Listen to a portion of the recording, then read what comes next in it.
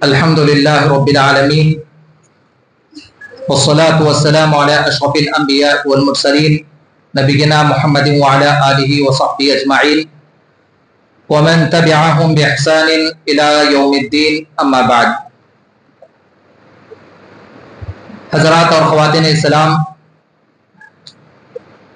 رمضان المبارک کے 2 عشرے ختم ہو چکے ہیں، مغرب سے تیسرا عشرہ شروع ہو چکا ہے۔ رمضان کے اس آخری عشرے میں ہمیں کثرت سے یہ دعا پڑھنا چاہیے، اللہم انک عفو تحب العفو فاعف عنی۔ اے اللہ، بے شک تو معاف کرنے والا ہے، تحب العفو، معاف کرنے کو پسند کرتا ہے، فاعف عنی، لہذا تو مجھے معاف فرما دے۔ یہ دعا اسپیشل دعا ہے رمضان کے آخری عشرے کی۔ کثرت سے آپ لوگ بیٹھے بیٹھے بیان سنتے سنتے ہی پڑھتے رہیے۔ یقیناً ہم سب جو گناہوں کے پتلے ہیں، خطا کار ہیں، لہٰذا ہم سب کو اللہ سے معافی مانگتے رہنا چاہیے۔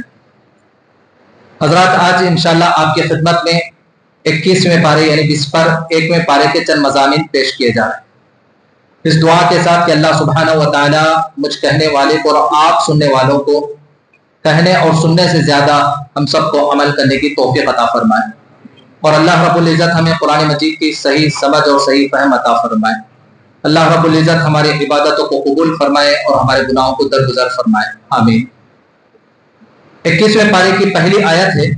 اللہ تعالیٰ اس آیت میں نبی اکرم صلی اللہ علیہ وسلم سے مخاطب ہو کے فرما رہے، اتل ما اوحی الیک من الکتاب واقم الصلاۃ ان الصلاۃ تنہی عن الفحشاء والمنکر وَلَذِكْرُ اللَّهِ أَكْبَرُ وَاللَّهُ يَعْلَمُ مَا تَصْنَعُونَ۔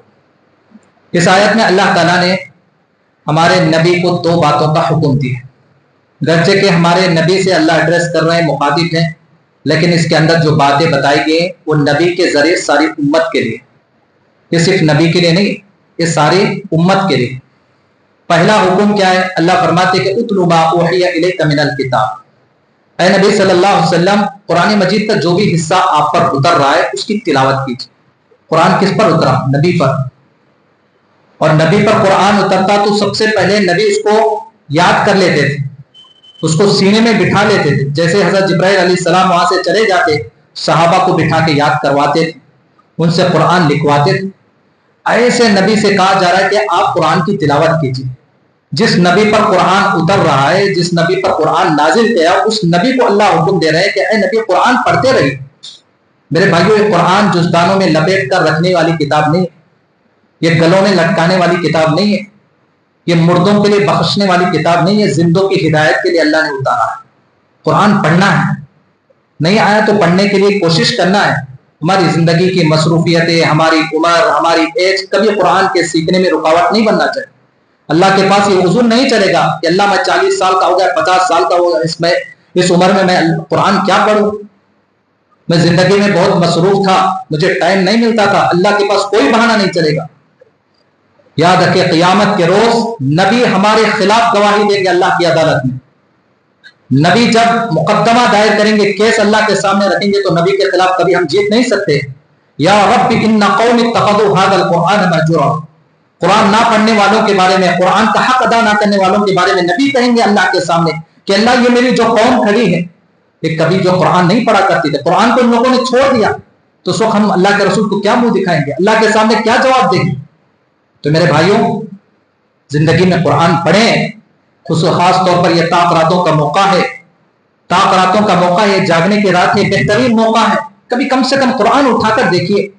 آج جو بڑا آسان ہو گیا مسئلہ، ایک زمانہ ایسا تھا کہ قرآن کا ٹرانسلیشن نہیں تھا، لوگ علماء ڈرتے تھے اللہ کے کلام کو کیسے اس کا ٹرانسلیشن کرے، کیسے اس کا ترجمہ کرے، لیکن بعد میں جو ہے علماء کرام نے ضرورت کو محسوس کیا کہ سارا قرآن عربی میں ہے، لوگ کیسا سمجھیں گے۔ اللہ تعالیٰ سب جو ہے علماء کو غریت رحمت کرے کہ انہوں نے ہمت کر بڑی نزاکتوں کے ساتھ، محنتوں کے بعد جو قرآن کا ٹرانسلیشن کیا، تیلگو زبان میں، اردو میں۔ آج کل یہ اسمارٹ فون جب سے آ گیا، ہر چیز کی سہولتیں ہیں، لیکن اتنی سہولتیں ہونے کے باوجود ہم لوگ قرآن کو اٹھاتے نہیں، قرآن کو پڑھنے کی کوشش نہیں کرتے۔ القرآن حجت لک او علیک، حدیث میں آتا ہے کہ قرآن ہمارے حق میں گواہی بھی دیتا، ہمارے خلاف بھی گواہی دیتا۔ اگر ہم نے قرآن کا حق ادا کیا تو قرآن ہمارے فیور میں بات کرے گا، آگے اللہ کے سامنے کہے گا کہ اللہ، یہ بندہ جو قرآن پڑھا کرتا ہے. اگر ہم نے قرآن کا حق ادا نہیں کیا، قرآن کو سمجھنے کی کوشش نہیں کی، بس گھروں میں اٹھا کے رکھتے رہے، جزدانوں میں لپیٹ کے رکھ دیا، تو پھر یہی قرآن ہمارے خلاف گواہی دینے کے لیے اللہ کے سامنے کھڑے گا. تو لہٰذا کوشش کیجیے. اور دیکھیے اللہ کے رسول صلی اللہ علیہ وسلم پر جب قرآن اترا تو آپ کی عمر کتنی تھی؟ 40 سال. 40 سال کوئی اسٹوڈنٹ کی عمر ہے، یہ کوئی چھوٹے بچے کی عمر ہے.